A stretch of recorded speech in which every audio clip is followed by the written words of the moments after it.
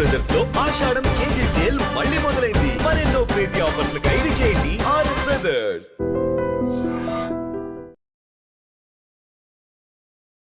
నాకిత్తాంది మావా నాకిత్తాంది ఈనంగా నాగిని నాలుగు కట్టగా జుర్రేత్తాంది all about.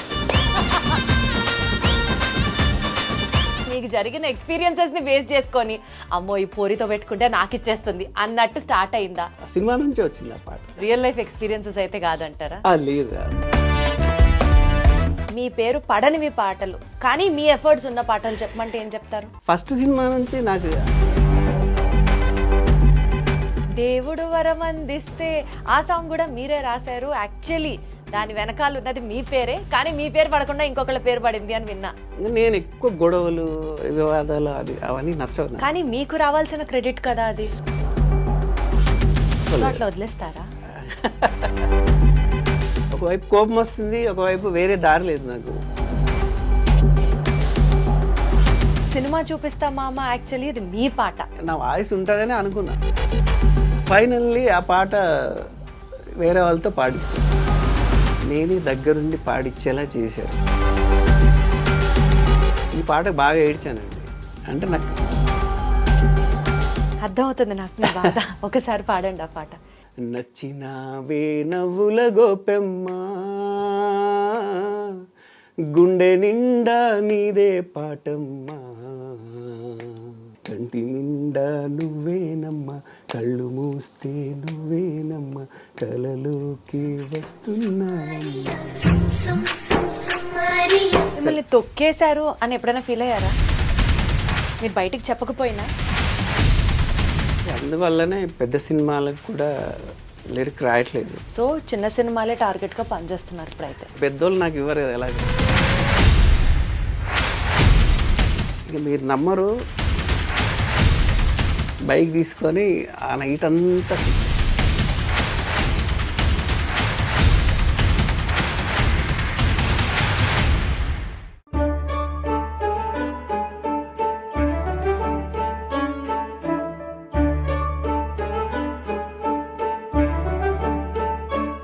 ఒక సోల్ టచర్, ఒక సింగర్, ఒక లిరిసిస్ట్ కమ్ కంపోజర్, ఏది ఏమైనా సరే ఆయన రాసిన మాటలో కానీ ఆయన పలికిన పాటలో కానీ ఒకటి మాత్రం ఫర్ ష్యూర్ డెఫినెట్లీ మన మనసు అలా కనెక్ట్ అవుతుంది. And he touches our song. He is none other than ఇవాల్టి నా షోలో గెస్ట్ వారికుప్పల యాదగిరి గారు ఉన్నారు. సార్ నమస్తే. నమస్తే. ఎలా ఉన్నారు? సూపర్ అండి. మీరు రాసిన పాటల్లో నేను ఇంట్రొడక్షన్లో చెప్పినట్లుగా మెలోడీ సాంగ్స్ ఉన్నాయి అండ్ అలాగే మాస్ సాంగ్స్ ఉన్నాయి. డెఫినెట్లీ మెలడీ సాంగ్స్ గురించి అంటే అందమైన కుందనాల బొమ్మర సంపంగి సినిమాలో ఆ పాట గురించి, ఆ సినిమా రిలీజ్ అయినప్పుడు దాని గురించి మాట్లాడినంతగా బహుశా ఇంకెవరు ఏ పాట గురించి మాట్లాడరు. So I'm not starting it from that song. నేను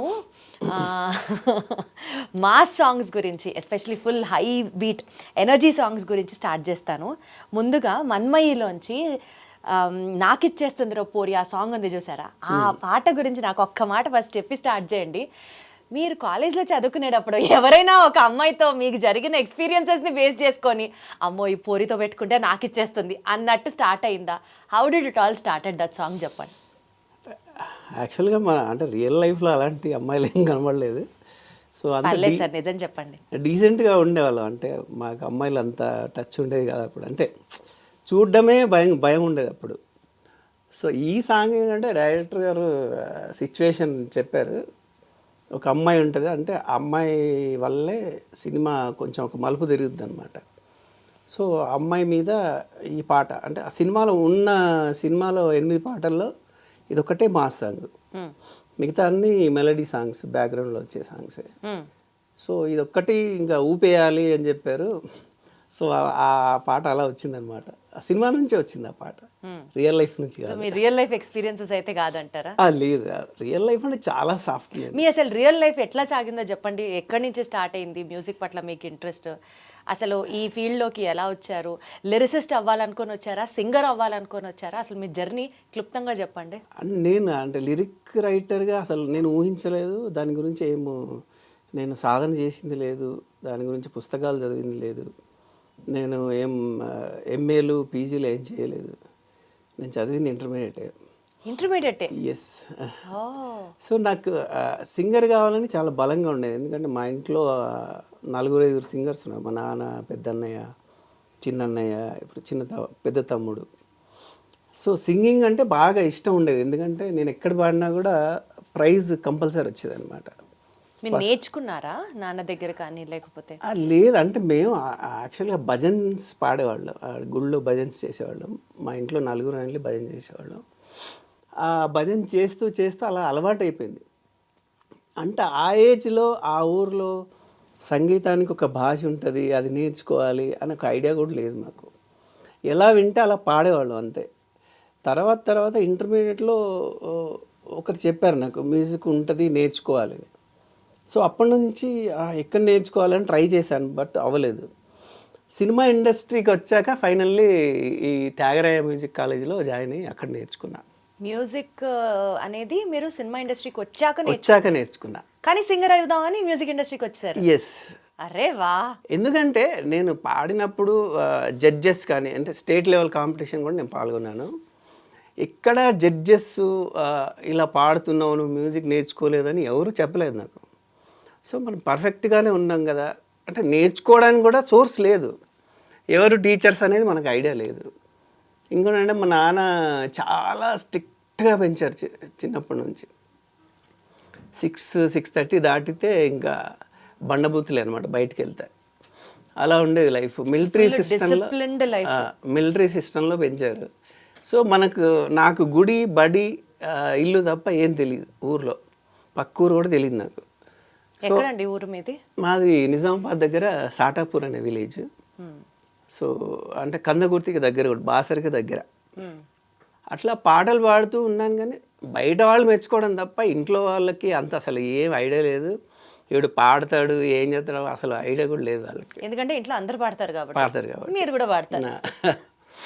సో అట్లా బాగా నన్ను లెక్చరర్స్, ఈవెన్ నేను ఇంటర్కి వచ్చాక కూడా మా తెలుగు క్లాసు చాలా పెద్దగా ఉండేది అనమాట క్లాస్ రూమ్. ఎందుకంటే అదర్ లాంగ్వేజ్ పిల్లలు కూడా వచ్చేవాళ్ళు. అంటే ఆయన చెప్పడం అలా చెప్పేవారు, మా మోహన్ ప్రసాద్ సార్. సో ఆయనకి ఎవరో చెప్పారు, సార్ జూనియర్ వరకు పిల్లలు బాగా పాట పాడతాడు, పాడిద్దాం సార్ అందరు గోల చేశారండి ఒకరోజు. ఎవడమ్మా రా బై అని కూర్చోబెట్టి పాట పాడించారు. అప్పటి నుంచి ఆయన ప్రతిరోజు క్లాస్కి ముందు నేను పాట పాడిన తర్వాత క్లాస్ స్టార్ట్ అయ్యేది. అలాగా నేను బాగా ఫేమస్ అయిపోయాను అక్కడ.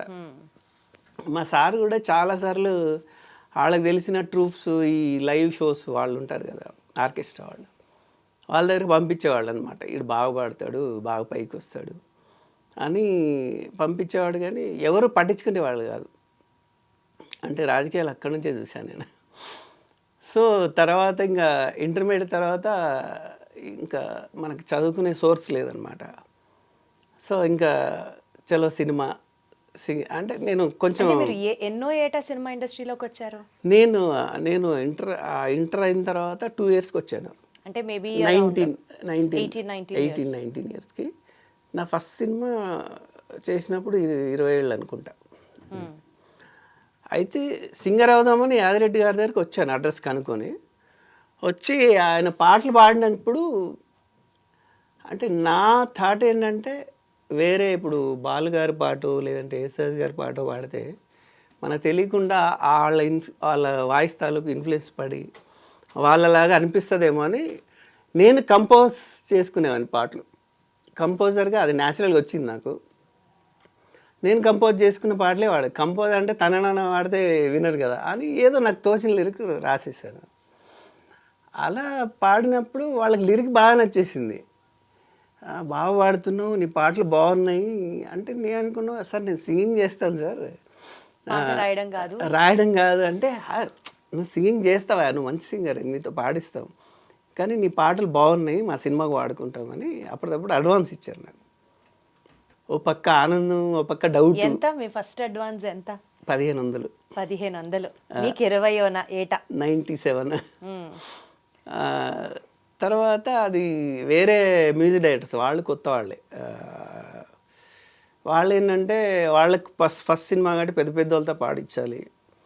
బాలు గారితో, చిత్ర గారితో, ఉన్నికృష్ణ, అప్పుడు ఫేమస్ ఉన్నికృష్ణన్ గారు, నేను పాడాల్సిన పాటని ఉన్నికృష్ణ గారితో పాడిచ్చేశారు. ఓ అయితే సానాది రెడ్డి గారు ఆ కుర్రోడు పాడింది బాగుంది ఫీల్, ఇది నాకు అంటే అంత న్యాచురల్ ఫీల్ రావట్లేదు అని పాడిద్దాం అన్నారు. మళ్ళీ ఇంకా వాళ్ళు సార్ పెద్దవాళ్ళు పాడాక మళ్ళీ తీసేయకూడదు సార్ బాగోదు అని అట్లా నా పాటలు పెట్టుకున్నారు. ఇప్పుడు నాకు ఏ పేరు వేయాలి అక్కడ? కంపోజర్గా వాళ్ళ పేరు ఉంటుంది, సింగింగ్ ఆయన చేసేసాడు, నాకు ఏ కార్డు వేస్తారు? లిరిక్ రైటర్ వేసేసారు. అట్లా ఎన్ని పాటలు మిస్ అయ్యాయండి? మీరు రాసినవి కానీ పాడినవి కానీ మీ పేరు పడనివి పాటలు కానీ మీ ఎఫర్ట్స్ ఉన్న పాటలు చెప్పమంటే ఏం చెప్తారు? ఫస్ట్ సినిమా నుంచి నాకు అలాగే ఉంది. సంపంగి నుంచి. సంపంగి కాదు, ప్రేమ పల్లకి. ప్రేమ పల్లకి రోజా గారు, వినీత్ అండ్ సురేష్ గారు. ఫస్ట్ సినిమా నుంచి నాకు అంతే అంతే. యాదిరెడ్డి గారు ఏంటంటే నేను బాధపడ్డానని తెలిసి నెక్స్ట్ సినిమాలో పాడిచ్చారు బ్యాచిలర్స్లో. బ్యాచిలర్స్లో 2 పాటలు పాడాను. తర్వాత సంపంగిలో 3 పాటలు పాడిచ్చారు. అక్కడ అందమైన కుందనాల పెద్ద హిట్ పాట. అలాగ పాడుతున్నాను కానీ అప్పట్లో ఈ సోషల్ మీడియా ఇదంతా లేదు కాబట్టి నేను సింగర్గా నాకు పెద్దగా అవకాశాలు రాలేదు. మనం ఎక్కడున్నామో తెలియదు, మనకు ఫోన్ నెంబర్ ఉండేది కాదు, ల్యాండ్లైన్కి వస్తే ఎవరు చెప్పేవాళ్ళు కాదు. అట్లా సోషల్ మీడియా ఉండుంటే వేరేలాగా ఉండేదేమో. సరే సార్, ఇప్పుడు సోషల్ మీడియా ఉంది కదా, ఇప్పుడు ఎలా ఉంది అనేది మాట్లాడుకుందాం. సాంగ్ బై సాంగ్ మనం కూడా ఇవాల్వ్ అవుతూ వద్దాం. సో నాకిస్తుంది పోరి ఆ పాట ఒకసారి మీరు పాడితే ఆ పాట నుంచి వేరే పాటకి వెళ్దాం. నాకిత్తంది మావ నాకిత్తంది ఈ నంగ నాచి నాలుక తెగ జుర్రేత్తంది, నాకిత్తంది మావ నాకిత్తంది ఈ నంగ నాచి నాలుక తెగ జుర్రేత్తంది,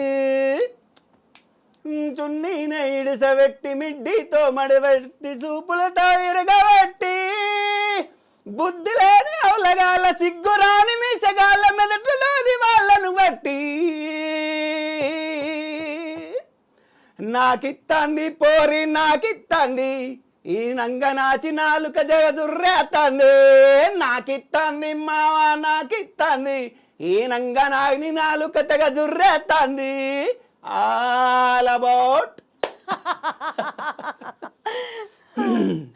అసలు ఎవరిని ఉద్దేశించి రాయలేదు ఈ పాట, కానీ అసలు ఫుల్ రేంజ్ లో స్పైసీ వైబ్ ఈ పాటలో. అంటే ఇప్పుడు జనరేషన్ కూడా అలాగే ఉంది కదా, కొంచెం అది కూడా తీసుకున్నాం జనరలైజ్ చేసి. బింబిసారా సినిమాలో తేనెల పలుకుల పాట రాశారు. ఒక సాఫ్ట్ ఫీల్, ఒక జెంటిల్ మెలోడీ అనమాట అది. సో ఈ పాటకి సంబంధించి ఆ పాట వెనకాల ఉన్నటువంటి ఎక్స్పీరియన్స్ కానీ, లేకపోతే ఆ పాట వెనకాల ఉన్నటువంటి ఆ నాస్టాలజిక్ మూమెంట్ కానీ, Bimbisara cinema was like super hit. So ఈ పాట రాయడానికి వెనకాల ఉన్న చరిత్రను చెప్పండి మాకు. కోవిడ్ సెకండ్ వేవ్ తర్వాత నాకు ఒక ఎన్టీఆర్ ఆర్ట్స్ నుంచి కాల్ వచ్చిందనమాట. ఎవరు అంటే, నేను ఇట్లా వశిష్ఠ డైరెక్టర్ మిమ్మల్ని ఒకసారి కలవాలి సార్ అన్నారు. ఎన్టీఆర్ ఆర్ట్స్కి రండి అన్నారు. అప్పుడే కోవిడ్ తర్వాత అసలు ఏం చేయాలో అర్థం కాక వెళ్ళాను. అంటే ఎన్టీఆర్ ఆర్ట్స్లో ఇంతకుముందు నేను కిక్ 2 సినిమా చేశా. సో వెళ్ళాక ఆయన ఇలా ఉంది సార్, ఒక పాట కావాలి, ఒక మాస్ సాంగ్ కావాలి కానీ మెలోడీగా ఉండాలి, సినిమా చూపిస్తేలాగా అంత ఫాస్ట్ ఉండకూడదు, కొంచెం మెలోడీగా ఉండాలి, సిచ్యువేషన్ అంతా చెప్పారు, పీరియాడిక్ మూవీ అదంతా చెప్పారు. సరే ఓకే, జనరల్గా చెప్పేశాక మనకు టైం ఉంటుంది, ఒక వారం 10 రోజులు. నేను అడిగాను, సార్ ఎన్ని రోజులు టైం ఉందంటే, ఇప్పుడు ఇచ్చినా ఓకే సార్ అన్నారు. అప్పుడు అసలు సిచ్యువేషన్ చెప్పారనమాట. ఇలాగ మాకు వేరే మ్యూజియేటర్ గారు ఉన్నారు, సెట్ వేసాము, పాట వచ్చిన తర్వాత నచ్చలేదు, సో ఎవరు చేస్తారు అర్జెంటుగా అంటే మీ పేరు కనబడింది, సో మిమ్మల్ని పిలిచాము, మాకు చాలా అర్జెంట్ సార్, సెట్ వేసి రెడీగా ఉంది, షూటింగ్ ఆపేసాం అంటే నాకేం అర్థం కాలేదు. సరే అని ఆఫీస్ నుంచి దిగుతూ కార్లో ఒక ట్యూన్ వచ్చేసింది నాకు. కార్లో కూర్చొని ఒక ట్యూన్ అంతా రికార్డ్ చేసుకొని కార్లోనే పల్లవి అంతా రాసుకున్నాను, ఇట్లా అని. వెళ్ళాక ఇంటికి వెళ్ళి ఇంకా కీబోర్డ్ పెట్టుకొని అంత స్కేల్ అంతా సెట్ చేసుకొని నేను వెళ్ళాను. డైరెక్టర్ గారు మళ్ళీ ఫోన్ చేశారు, సార్ ఏమైనా వచ్చిందా అని. వచ్చింది సార్, రేపు వినిపిస్తాను అన్నారు. ఓకే సూపర్ సార్ సూపర్ అన్నారు. నైట్ అంతా కూర్చొని ఇంకా చరణాలు కంపోజ్ చేసి రాశాను. రాశాక ఇంకా మార్నింగ్ మళ్ళీ 7 o'clock మళ్ళీ కాల్ చేశారు ఆయన. సార్ అయిపోయింది ఆ పాట అని. నేను ఆల్టర్నేట్గా ఇంకోటి కూడా చేసుకున్నాను, అది కాకుంటే ఇది అని. వెళ్ళాను. ఇంకా కళ్యాణ్ రామ్ గారు అండ్ కళ్యాణ్ రామ్ గారు కాదు, హరికృష్ణ గారు డైరెక్టర్ గారు ఇద్దరు విన్నారు. మామూలుగా దరువేస్తూ పాడాను అంట. పాడితే హరికృష్ణ గారు బాగుంది పాట అన్నారు. వశిష్ఠ గారు బాగుంది కానీ అసలు సినిమాలో ఎలా వస్తుంది నాకు తెలియట్లేదు సార్ అది అన్నారు. సార్ నేను అన్నాను, నేను వాట్సాప్ చేస్తాను సార్ వినండి, మీకు ఓకే అంటే ఓకే, లేదంటే వేరే చేద్దాం అన్నాను. నేను ఇంటికి వెళ్ళి ఇలా రిలాక్స్ అవుతున్నాను. హరికృష్ణ గారు మళ్ళీ ఫోన్ చేశారు. యాదగిరి దానికి ఏమన్నా రిధం వేసి పంపించగలవా అన్నారు. సరే అని అప్పుడప్పుడు కీబోర్డ్లో అన్నీ కొన్ని సెట్టింగ్ చేసుకొని స్టూడియోకి వెళ్ళి లైవ్ కొన్ని రిథమ్స్ వేసి పంపించేసాను. ఒక 8:30 అలాగా. 8:30, 9, 10 చూశాను, ఫోన్ రాలేదు. దానికి సరే మ్యూజిక్ వేసిన తర్వాత నచ్చలేదేమనుకుని వదిలేసా. మార్నింగ్ 7 o'clock వశిష్ఠ గారు ఫోన్ చేశారు. సార్ ఏం పాట ఇచ్చారు సార్, అసలు నైట్ అంతా ఆఫీస్లో అందరు డ్యాన్సులు సార్, అసలు థ్యాంక్ యూ సార్ ఇంత పాడండి ఆ పాట. షార్ట్ టైంలో ఇచ్చారని మెచ్చుకొని ఇంకా అప్పటిదప్పుడు రికార్డ్ చేసి షూట్ చేశారు ఆ పాట. అసలు మీరు ఆల్మోస్ట్ ఆశలు వదిలేసుకున్న పాట మీద తిరిగి మళ్ళీ వాళ్ళే ఫోన్ చేసి ఇంకా అంటే వశిష్ఠ గారి గొప్ప విషయం ఏంటంటే ఆ సినిమాకి చిరంతన్ భట్ గారు ఇటు కీరవాణి గారు ఉన్నా కూడా నాకు మ్యూజిక్ డైరెక్టర్ కార్డు వేశారు ఆ సినిమాకి. అంటే music director, as a music director నాకు పెద్ద సినిమా అదే. అందులో బ్లాక్ బస్టర్ సినిమా బింబిసారా అంటే మామూలు అని ఇంతకుముందు బ్లాక్ బస్టర్ ఉన్నాయి, బట్ నా పేరు కాకుండా వేరే వాళ్ళ పేరు ఉండేది. ఏమేంటి సార్, ఇందాక కూడా మనకి ప్రస్తావన వచ్చింది ఒక విషయం, ఒక పాట 16th సినిమాలో దేవుడు వరం అందిస్తే ఆ సాంగ్ కూడా మీరే రాశారు. యాక్చువల్లీ దాని వెనకాల ఉన్నది మీ పేరే, కానీ మీ పేరు పడకుండా ఇంకొకళ్ళ పేరు పడింది అని విన్నా. కరెక్టేనా కాదా? ఫస్ట్ అక్కడి నుంచి స్టార్ట్ చేయండి. కరెక్టే అండి. అంటే యాక్చువల్గా అది నాగేశ్వరరెడ్డి గారు ఆ సినిమా సంపంగి రెండు ఒకేసారి రికార్డింగ్ జరుగుతున్నాయి. రెండింటికి గంటాడి గారి మ్యూజిక్. సో నాగేశ్వరరెడ్డి గారు సేమ్ హోటల్లో స్టే చేస్తున్నాం. నైట్ రికార్డింగ్ అయ్యాక పాటలన్నీ వినిపించారనమాట. అన్ని పాటలు విన్నాను, అన్ని మాస్గా కొంచెం ఉన్నాయి. సో ఈ ట్యూన్ ఒకటి బాగుంది సార్, దీనికి కొంచెం లిరిక్ కొంచెం సాఫ్ట్గా ఉంటే పాట చాలా ఫేమస్ అవుద్ది అని చెప్తే నాగేశ్వరరెడ్డి మరి నువ్వు రాసే అన్నారు. అదే అలా ఇలా రాస్తాను సార్, ఆల్రెడీ రాశారు కదా అంటే, నువ్వు రాసే అబ్బా నేను చూసుకుంటాను తర్వాత అన్నారు. సరే అని రాసాము. తర్వాత హైదరాబాద్ వచ్చాక డిఐఆర్ స్టూడియోలో నైట్ 2:30 వరకు కూర్చొని కరెక్షన్ చేసి ఫైనల్ చేసాం. చేశాక నాగేశ్వరరెడ్డి గారు అయితే దానికి వేరే రైటర్ రాశారు, పెద్ద ఆయన రాసిన దాంట్లో ఒక లైన్ పెట్టుకున్నారు, ఒక లైన్ బాగుందని పెట్టుకున్నారు. ఏ లైన్ అది? నిన్ను మేఘాలలో ఒక బొమ్మగా దించగానే ఒక లైన్ ఉంటుంది, అది బాగుందని పెట్టుకున్నారు. సరే నీ పేరు వేస్తాము అది ఇది అన్నారు. మళ్ళీ పొద్దున్నే నాగేశ్వరరెడ్డి గారు ఫోన్ చేసి, యాదగిరి ఏమనుకోకు, నీకు నెక్స్ట్ సినిమాలో ఇస్తా కానీ ఇది పెద్ద ఆయన రాశారు కదా ఆయన పేరు వేస్తాము అది ఇది అన్నారు. అప్పటికి నాకు కదా అది 2వ సినిమాలో 3వ సినిమా. ఇంకా నేను ఎక్కువ గొడవలు వివాదాలు అది అవన్నీ నచ్చవు. కానీ మీకు రావాల్సిన క్రెడిట్ కదా అది. అయితే ఇక్కడ ఏంటంటే నాకు రైటర్ కావాలని లేదు కదా, నేను పెద్దగా పట్టించుకోలేదు. అట్లా వదిలేస్తారా? అలా క్యాజువల్గా తీసుకొని సరే ఇప్పుడు వెయ్యనన్నప్పుడు ఏం చేస్తాం, మనం ఏం చేయలేం కదా. రీసెంట్గా కూడా సినిమా చూపిస్తా మామ, యాక్చువల్లీ ఇది మీ పాట, అది నేను కంపోజ్ చేశాను. మీరు చేశారు, దాని తర్వాత ఏమైందో చెప్పండి. అంటే అది ఆ సినిమాకి నేను మ్యూజిక్ డైరెక్టర్గా వెళ్ళాను ఫస్ట్. సురేందర్ రెడ్డి గారిని కలిసి అప్పటికి ఒక చిన్న సినిమాలో ఒక 5-6 చేసి ఉన్నాను. ఆయనకు సీడీలు అవన్నీ ఇచ్చి సార్ మ్యూజిక్ డైరెక్టర్గా ఛాన్స్ ఇవ్వండి వెళ్ళాక ఆయన పాటలన్నీ విని బాగున్నాయి అబ్బా మనం చేద్దాం అది ఇది అన్నాక అది ఒక 4-5 నెలల తర్వాత స్టార్ట్ అయింది సినిమా. అప్పుడు నేను వెళ్ళినప్పుడు తమన్ పేరు లేదు సినిమాకి. సినిమా ఓపెనింగ్ అయిన రోజు ఆయన పేరు వచ్చింది తమన్ అని. సర్లే ఇంకా మనకు ఉండదులే అని మామూలుగా నేను సురేందర్ రెడ్డి గారికి విష్ చేశాను, ఆల్ ది బెస్ట్ సార్ అని. ఆయన మీకు ఆల్రెడీ కిక్ 2 చేశారు కాబట్టి సురేందర్ రెడ్డి గారు అక్కడ పరిచయమా? లేదు, కిక్ టు ఆఫ్టర్ రేసూర్. సో కిక్ 2 దగ్గర మీకు ఆల్రెడీ ఆయనతో పరిచయం ఉంది? లేదు లేదు. నాకు కిక్ ఫస్ట్ కదా, కిక్ 2 అనేది ఆఫ్టర్ ఆఫ్టర్ రేస్ గురం అంటున్నారు. రైట్. రేస్ గుర్రంకి నేను కలిసాను ఆయన్ని.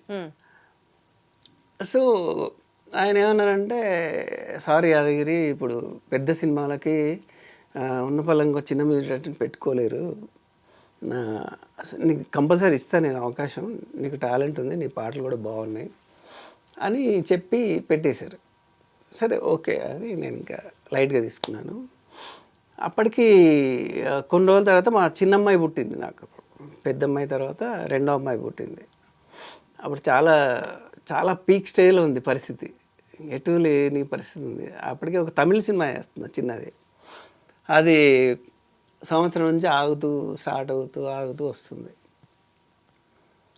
ఇలా కాదు ఇంకా మనకి ఇక్కడ లేదు లైఫ్ అని ఇంకా ఇంటికి వెళ్ళిపోదాం అనుకున్నా. ఏదో 2 ఎకరాల పొలం ఉంది, అది చేసుకుంటూ బతకొచ్చలే అనుకున్నా. అప్పుడే సానాది రెడ్డి గారికి చెప్పేస్తున్నాను, సరే నేను వెళ్ళిపోతున్నాను, ఇంకా ఆయన సినిమాలు చేయట్లేదు, మనకి ఇండస్ట్రీలో ఎవరు తెలియదు. సో చెప్తుంటే మళ్ళీ సురేందర్ రెడ్డి గారు కాల్ చేశారు, మళ్ళీ ఎక్కడ నువ్వు అర్జెంటుగా ఆఫీస్కి వస్తావా అన్నారు. మళ్ళీ వెళ్ళేసరికి ఏంటి మీరు అటు పెట్టుకున్నారు కదా అనేది పిలిచారని వెళ్ళా. ఆయన ఏమన్నారంటే, నువ్వు పాటలు కూడా రాస్తావు కదా,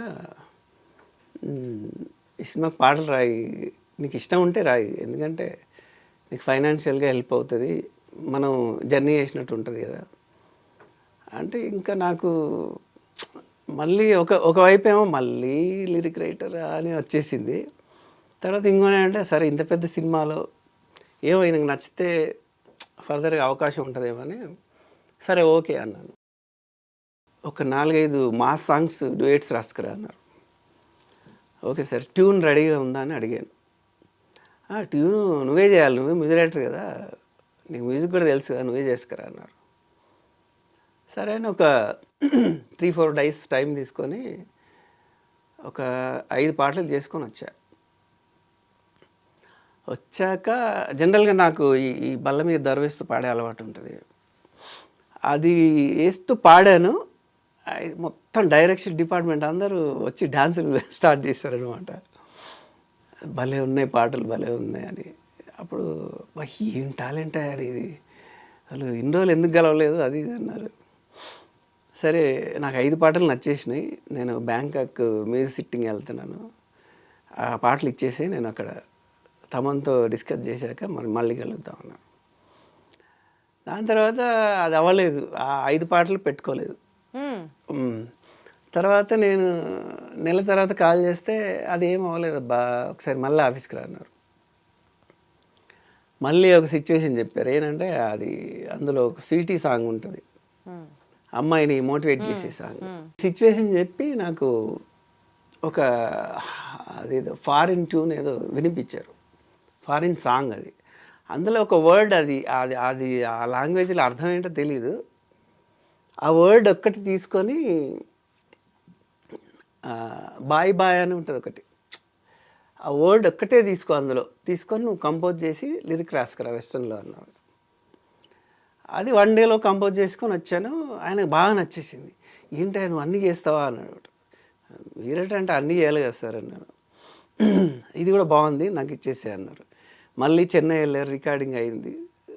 తర్వాత అది కూడా అవ్వలేదు. అయ్యా 5 పాటలు ప్లస్ మళ్ళీ ఇంకో పాట. జనరల్గా నేను అంటే నాకున్న అనుభవం అప్పటికి చేసిన సినిమాల ప్రకారం నేను ఒకసారి చేస్తే ఎవరు ఇది వద్దు ఇది బాగాలేదు కానీ మళ్ళీ అలా అని చెప్పి వేరే అవకాశమూ ఇవ్వట్లేదు, కరెక్షన్ చేయమని ఎవరు అడగరు నన్ను. ఈయన ఏంటబ్బా 5 పాటలు బ్రహ్మాండంగా ఉన్నాయి అన్నాడు, మళ్ళీ ఈ పాట బాగుంది అన్నాడు, అది అవ్వలేదు. మళ్ళీ కాల్ చేస్తే అది కూడా అవ్వలేదబ్బా అన్నాడు. సరే మళ్ళీ ఆఫీస్కి రమ్మన్నారు. అప్పుడు ఈ సినిమా చూపిస్తాం మా ఎపిసోడ్ అంతా చెప్పారనమాట.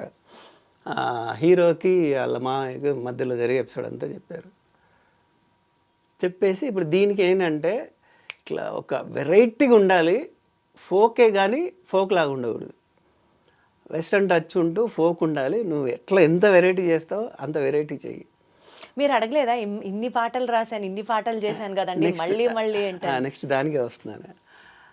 ఆ, సినిమా చూపించాడు అంటారు కదా, అలా అలా రాసుకురావాలి, అది కంపోజ్ చేసుకురా నువ్వు అన్నారు. అప్పుడు నేను మళ్ళీ బయటకు వస్తూ మళ్ళీ వెనక్కి వెళ్ళి, సార్ ఇదన్నా ఉంటుందా పాట సినిమాలో?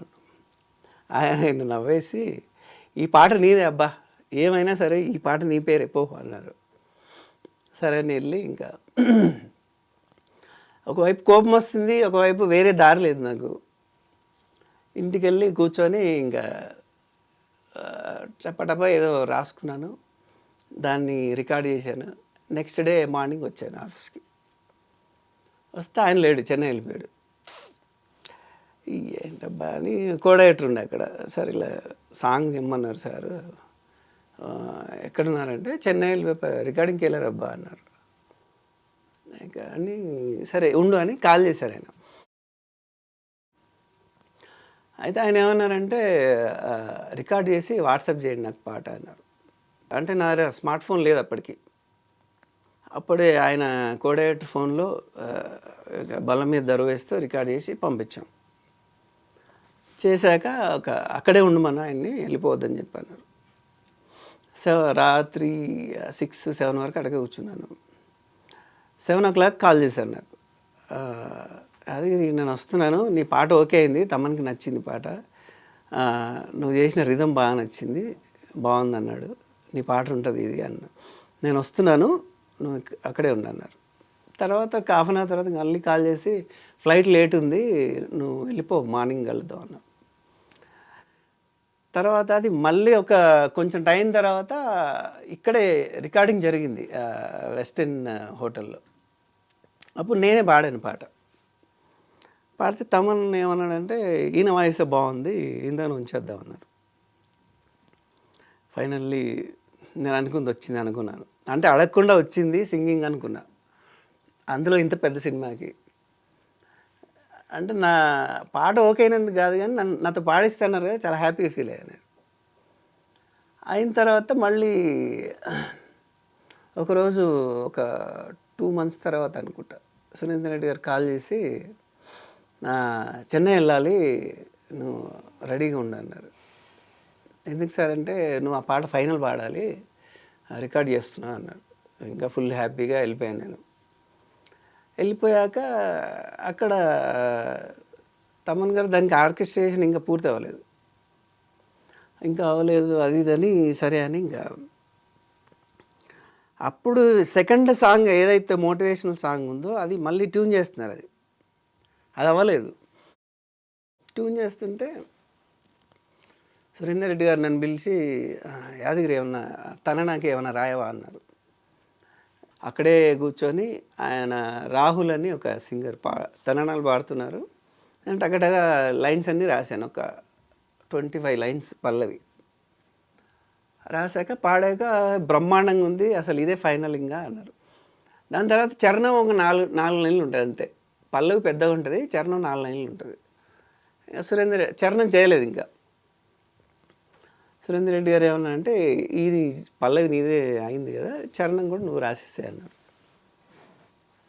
అది అయిపోయింది. ఇంకా సినిమా చూపిస్తా మామ, నేను పాడలేదు, నేను ఎక్కడైతే ట్రాక్ పాడానో దాని మీద షూట్ అయింది మొత్తం.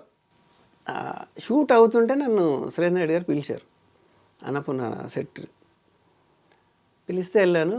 అల్లు అర్జున్ గారికి పరిచయం చేశారు, ఆయన బాగా మెచ్చుకున్నారు.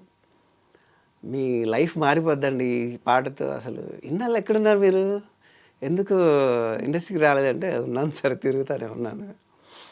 అయితే అప్పుడు అల్లు అర్జున్ గారి ఫ్రెండ్స్ వచ్చారు షూట్కి. వాళ్ళు అనుకుంటున్నాను, ఫస్ట్ టైము బన్నీకి కరెక్ట్ వాయిస్ సూట్ అయింది కదా అది ఇది అన్నారు. ఇంకా నేను నా వాయిస్ ఉంటుందని అనుకున్నా.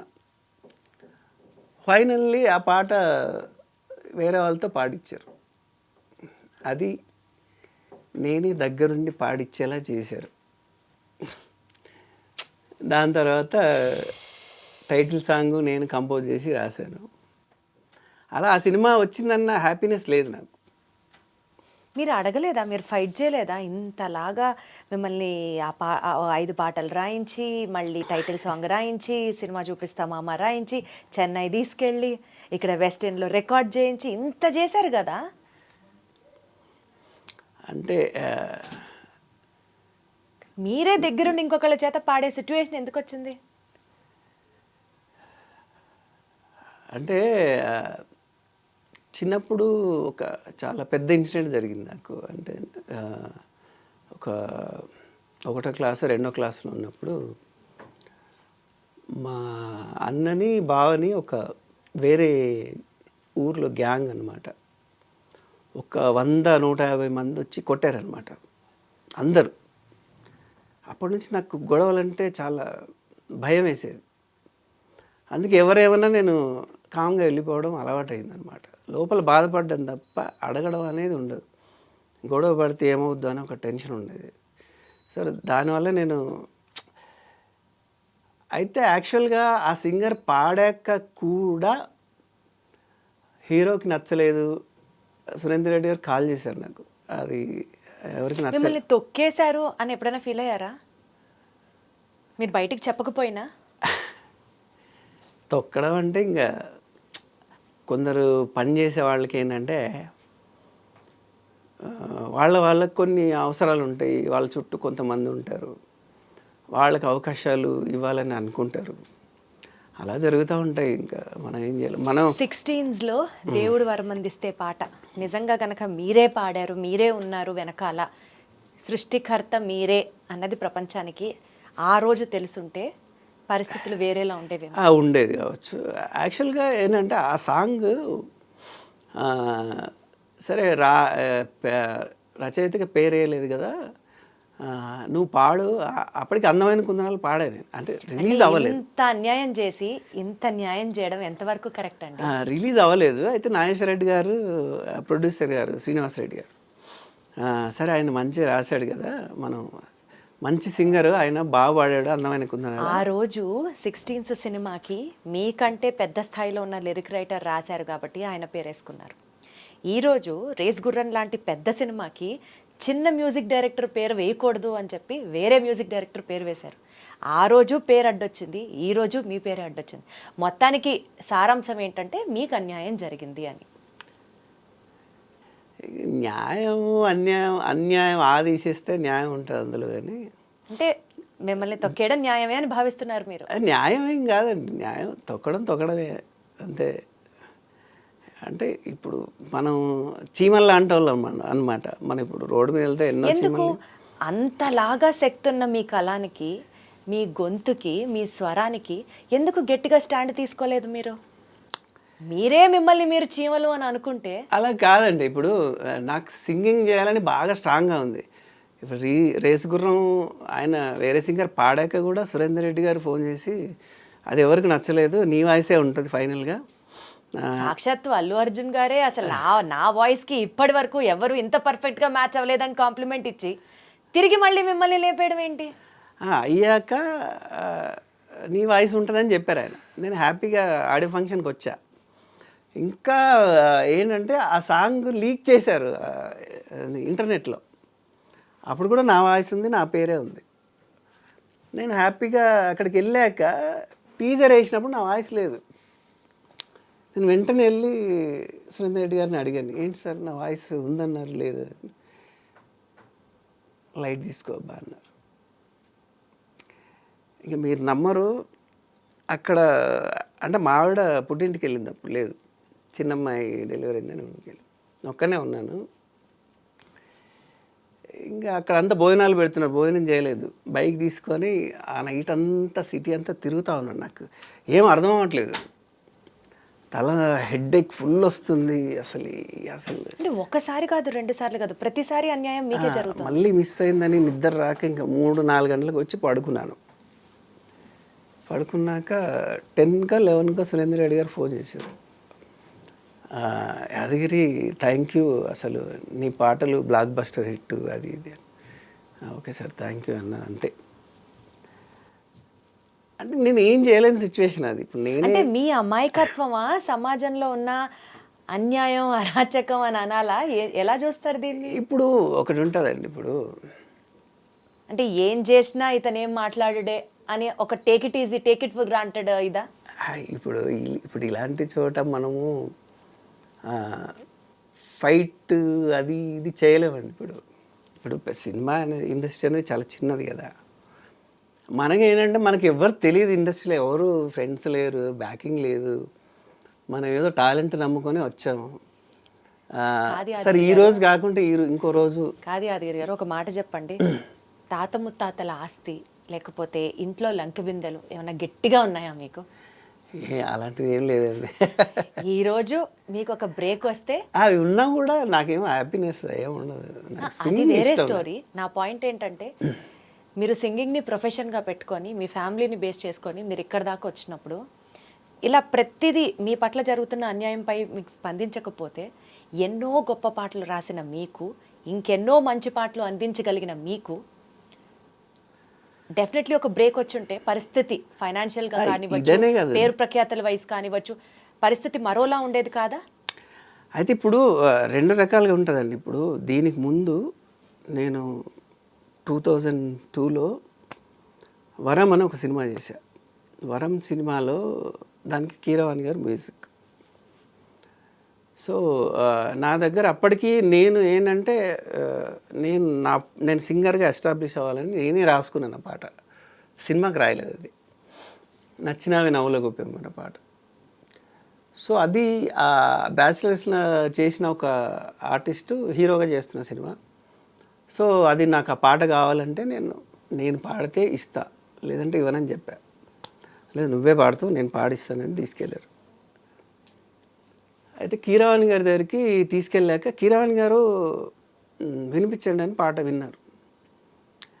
విన్నాక ఇమ్మీడియట్గా కీరవాణి గారు ఏమన్నారంటే, మనకు ఒక సింగర్ కూడా దొరికిపోయాడండి, ఈయనతోనే పాడించారు. అందరూ మీ ముందర ఆహో ఓహో అన్న వాళ్ళే అన్నారు. అయితే రికార్డ్ అయింది. సరే అప్పుడు పాడిద్దాం అనుకున్నప్పుడు నాకు కొంచెం జలుబు ఏదో చేసింది, తర్వాత పాడుతులేని అని కీరవాణి గారు ట్రాక్ అలా పాడాను. అది కూడా ఫైనల్లీ ఇంకా అప్పటికి ఉదిత్ నారాయణ గారు బాగా అప్పుడే పేరు వస్తుంది, రామ్మ చిలకమ్మ. ఆ డైరెక్టర్కి ఉదిత్ నారాయణతో పాడించాలని. అయితే కీరవాణి గారు ఏమన్నారో నాకు తెలీదు. నేను ఎక్కువ జీవితంలో అసలు ఏడవను. నేను ఈ పాటకు బాగా ఏడ్చానండి. అంటే నాకు మెలోడీ సాంగ్స్, నేను ఈ పాట నేనని రాసుకున్నాను, నేను ఎస్టాబ్లిష్ కావాలని పాడుకున్నాను. అది నేను కంపోజ్ చేసిన పాట. డైరెక్టర్ వచ్చేసి ఈ పాట చెన్నై వెళ్దాము, ఉదిత్ నారాయణ పాడుతున్నాడు. అలా ఎలా పాడిస్తారు, నేను కదా పాడుతాను, నాతో పాడిస్తాన్నారు కదా అంటే, అదే కీరవాణి గారు పాడిద్దామన్నారు. అది నేను రాను అది ఇదని చాలా గొడవ చేశాను. సరే అక్కడికి వెళ్ళాక మనం కీరవాణి సార్ని రిక్వెస్ట్ చేద్దామన్నారు. అప్పటికి ఉదిత్ నారాయణ వచ్చాడు, పాట వినిపించారు. ఇక కీరవాణి గారు ఆ సినిమా ఉంది ఒకటి, మన చౌదరి గారి సినిమా లాహిరి లాహిరి లాహిరి. ఆ సినిమా రికార్డింగ్ జరుగుతుంటే ఉదిత్ నారాయణకి కోదండపాని స్టూడియోలో పైన చిన్న స్టూడియో బుక్ చేశారు. కీరవాణి గారు నన్ను పిలిచి, యాదగిరి గారు ఉదిత్ నారాయణకి పాట మీరు ఎక్స్ప్లెయిన్ చేయండి పోండి అన్నారు. నేను ఎక్స్ప్లెయిన్ చేశాను. ఆయన మొత్తం పాడాక కీరవాణి గారు వచ్చి పాడిచ్చారు. పాడాక ఆయన బహుత్ అచ్చా హై సార్, బహుత్ సూపర్ కంపోజిషన్ అది అని కీరవాణి గారి కాళ్ళకు దండం పెట్టబోతుంటే ఆయన చెప్పారనమాట, ఏ కంపోజ్ మైనే నై కియా, ఏ బచ్చానే కియా. సై అంటే కరెక్ట్, ఆయనే కంపోజ్ చేశాడు పాట. కానీ అంత పెద్ద ఆయన కూడా నాకు కాళ్ళకు దండం పెడితే అయ్యే వద్దు సార్ అన్నాను. అయితే కీరవాణి గారు ఏంటంటే ఆయన ఫీల్ అయ్యారు. ఎందుకంటే ఆ పాట నేను బీజిఎమ్స్తో సహా అన్నీ నేనే చేశాను ఆ పాట. అయితే ఆడియో ఫంక్షన్లో అంటే కీరవాణి గారు ఏం చెప్పారంటే ప్రొడ్యూసర్కి, ఈ ఒక్క పాట మ్యూజిక్ డైరెక్టర్గా ఈ అబ్బాయి పేరు వేసేయండి, నా పేరు వద్దండి, ఎందుకంటే ఆయనే చేశాడు మొత్తం, ఎవ్రీథింగ్ ఆయన చేశాడు, నేను ఏం చేయలేదు ఇంతలో అని చెప్తూ, ప్రొడ్యూసర్ ఏంటి ఇంత పెద్ద ఆయన పేరు వేయకుండా ఈయన పేరు వేస్తే పాట వింటారో లేదని ఆయన పేరు వేశారు క్యాసెట్లో. అక్కడికి ఆడియో ఫంక్షన్లో కీరవాణి గారు పబ్లిక్లో ప్రెస్ వాళ్ళ ముందు చెప్పారు, ఈ పాటకి ఎవ్రీథింగ్ ఈ అబ్బాయే, ఇతనికే క్రెడిట్ దక్కాలి, నేను పేరు వేయమని చెప్పాను అయినా నా పేరు వేశారు. నాకు సారీ కూడా చెప్పారు స్టేజ్ మీద, సారీ యాదగిరి గారు, ఇది నేను చెప్పాను ఎవరి మిస్టేకో మరి నా పేరు వేశారు మళ్ళా అని చెప్పారు. సో అట్లా చెప్పినా కూడా వేసేవాళ్ళు లేరనమాట. అంటే ఫేస్ వాల్యూ కావాలి ఇక్కడ. ఇంకా ఏవో ఉంటాయి. అర్థమవుతుంది నాకు మీ బాధ. ఒకసారి పాడండి ఆ పాట. సుమ్ సుమ్ సుమారియా సుమ్ సుమ్ సుమారియా సుమ్ సుమ్ సుమారియా సుమ్ సుమ్ సుమారియా సుమ్ సుమ్ సుమారియా సుమ్ సుమ్ సుమారియా నచ్చినావే నవ్వుల గోపెమ్మ, గుండె నిండా నీదే పాటమ్మా, కంటి నిండా నువ్వేనమ్మా, కళ్ళు మూస్తే నువ్వేనమ్మా, కలలోకే వస్తున్నావమ్మా, కంటి నిండా నువ్వేనమ్మా, కళ్ళు మూస్తే నువ్వేనమ్మా, కలలోకే వస్తున్నావమ్మా, నచ్చినావే నవ్వుల గోపెమ్మ, గుండె నిండా నీదే పాటమ్మా, సుమ్ సుమ్ సుమారియా సుమ్ సుమ్ సుమారియా సుమ్ సుమ్ సుమారియా సుమ్ సుమ్ సుమారియా సుమ్ సుమ్ సుమారియా సుమ్ సుమ్ సుమారియా ఓహో.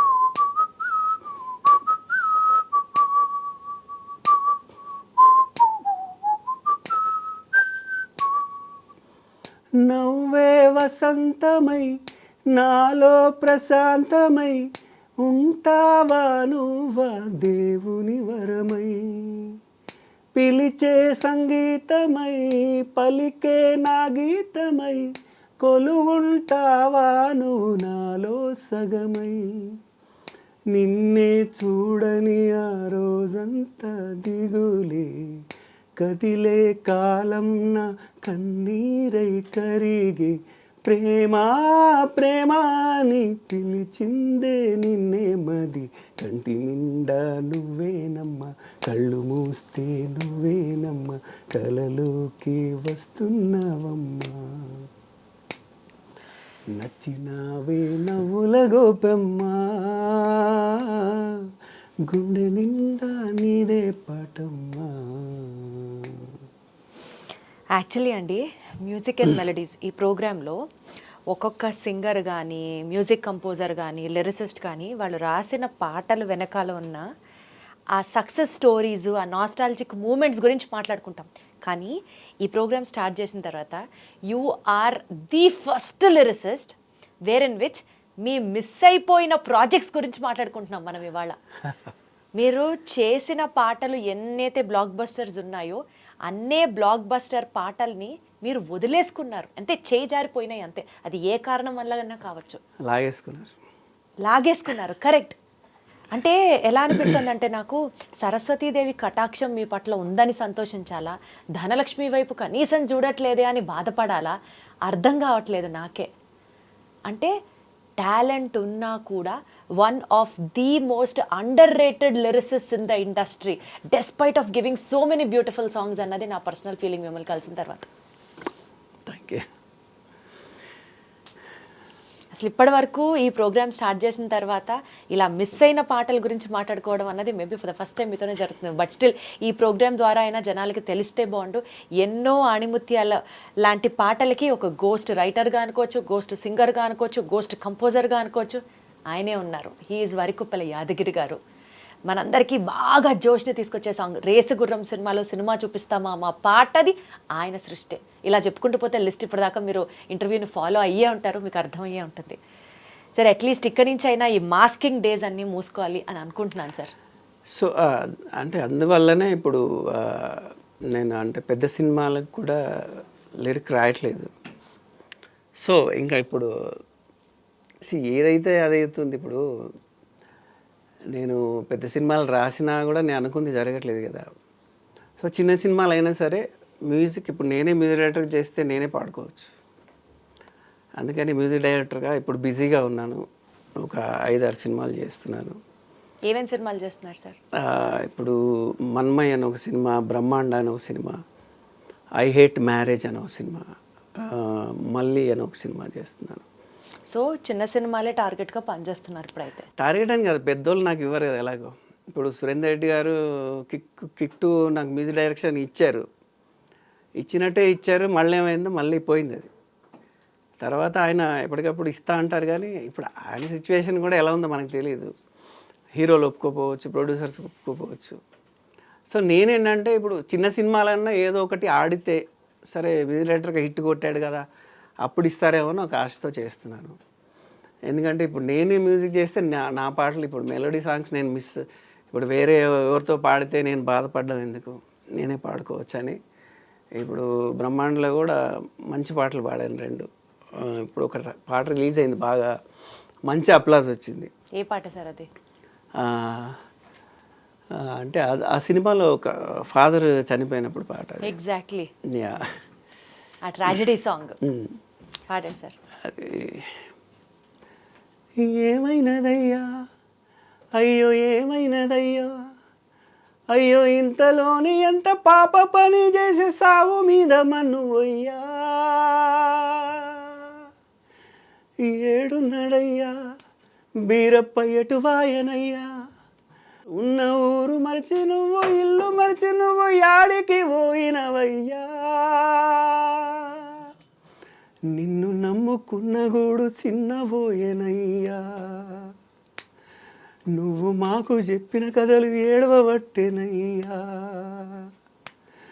నువ్వు నమ్ముకున్న చెట్టు చిన్నబోయేనయ్యా నువ్వు నమ్ముకున్న చెట్టు చిన్నబోయేనయ్యా నువ్వు నమ్ముకున్న ఊరు ఊపిరి పీల్చక కుమిలిపోయేనయ్యా ఓ అయ్యా మా అయ్యా నువ్వు మంచి మనసుల్లోనే మంచి మనిషివాని గా మాయ దేవుడొచ్చి నిన్ను దోల్కపాయే ఓ అయ్యా మా అయ్యా నువ్వు మంచి మనసులోనే మంచి మనిషివాని గా మాయ దేవుడొచ్చి నిన్ను దోల్కవాయే. అసలు ఏమన్నా ఫీల్ ఉంటుందా అండి మీరు రాసిన పాడిన? డెఫినెట్లీ అండి. అందమైన కుందనాల బొమ్మరా సంపంగిలో అదొక ఫీల్ వస్తుంది. సంపంగి సినిమా నుంచి ప్యాంట్ వేస్తే కానీ తెలియలేదురా మావా ఫుల్ జోష్ వస్తుంది. హుషారు సినిమా నుంచి నా జిందగీ పిచ్చాక్ అసలు అది కూడా వేరే లెవెల్ యాటిట్యూడ్ ఉన్న సాంగ్ అది. ఈ పాట కానీ దాని తర్వాత రీసెంట్గా జాక్ సినిమా నుంచి దేత్తడి ఆ సాంగ్ కానీ ఇలా ప్రతి సాంగ్ మీరు రాసినవి ఎన్నో హిట్స్ ఉన్నాయి. అటు మెలోడీస్ అయినా సరే అటు మాస్ సాంగ్స్ అయినా సరే మీ తర్వాతే అనిపించుకునేటువంటి స్థితిలో ఉన్నప్పటికీ కూడా స్టిల్ ఇంకా రావాల్సినంత రికగ్నిషన్ రాలేదు అన్నమాట వాస్తవం. డెఫినెట్గా సిన్సియర్గా మీలాంటి వాళ్ళకి కూడా ఒక రోజు వస్తుంది అని మనస్ఫూర్తిగా నమ్ముతూ ఆ భగవంతుడిని ప్రార్థిస్తూ మీకు బెస్ట్ విషెస్ నా వైపు నుంచి అందజేస్తూ డెఫినెట్లీ ఏదో ఒక రోజు పలానా పెద్ద మ్యూజిక్ డైరెక్టర్ పలానా పెద్ద సింగర్ యాదగిరి గారితో మళ్ళీ ఇంటర్వ్యూ చేయాలి. ఆ రోజు కోసం నేను కూడా మనస్ఫూర్తిగా వెయిట్ చేస్తూ ఆల్ ద వెరీ బెస్ట్ అండి. Thank you so much. Thank you అండి, థ్యాంక్ యూ సో మచ్. చాలా రోజుల తర్వాత నన్ను నిశ్శబ్దంలోకి నెట్టేశారు మీరు. Thank you.